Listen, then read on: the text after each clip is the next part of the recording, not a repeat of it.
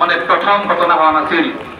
ইয়াৰ আগতো যোৱা মানে ৰাজ পূজাত এনে এটা ঘটনা হৈছিল, কিন্তু আইনৰ মেৰপেচত তেওঁ বিৰোধৰ 3 মাহৰ পিছতে তেওঁ বেললে ওলাইছিল। এইটো তেওঁৰ মানে দ্বিতীয় মানে তেওঁৰ নাৰকীয় কাণ্ড। কিন্তু মই আজি খুব দুখেৰে কওঁ, স্থানীয় বিধায়ক হিচাপে মই তেখেতসকলৰ লগত ঘৰত গৈছোঁ, মই গভৰ্ণমেণ্টৰ প্ৰশাসনক জনাইছোঁ, কিন্তু আজিলৈকে অসম চৰকাৰৰ কোনো প্ৰতিনিধি এতিয়ালৈকে দেখা দিয়া নাই। আমি খুব দুখেৰে প্ৰকাশ কৰোঁ। কিন্তু